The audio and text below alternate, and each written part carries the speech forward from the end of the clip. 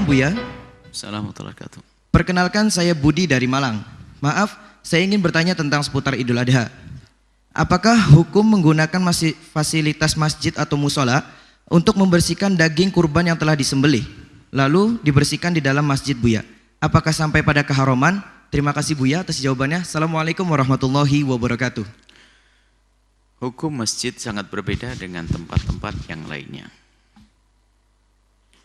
Disebutkan seorang wanita haid tidak boleh tinggal di dalam masjid.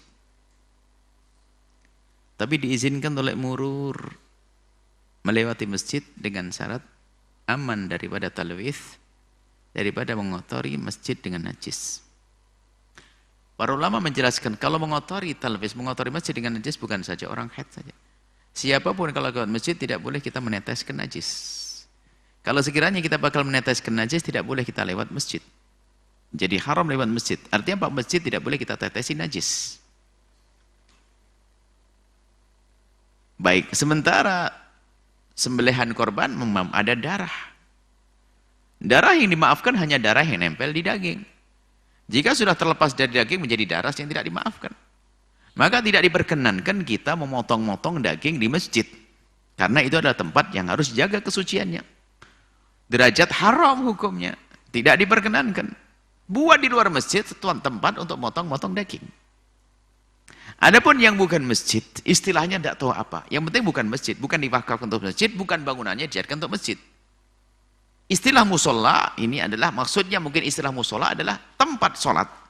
Yang dibuat bisa saja di esok hari itu bisa kita rubah jadi gudang.